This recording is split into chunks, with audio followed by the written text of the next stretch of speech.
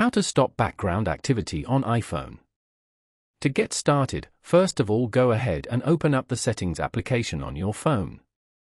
Once you're here, scroll down until you find the General option and tap on it.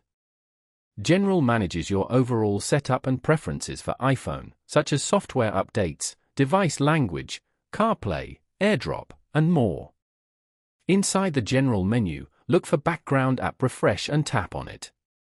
Now, turn off the switch for the apps you want to prevent from refreshing in the background. You can also turn it off completely by tapping the Background App Refresh option at the very top. Here, just change the setting from Wi-Fi to off to completely prevent all apps from refreshing in the background. Choosing off is the most effective way to maximize battery savings from this feature. Following these steps, you can easily stop background activity on an iPhone.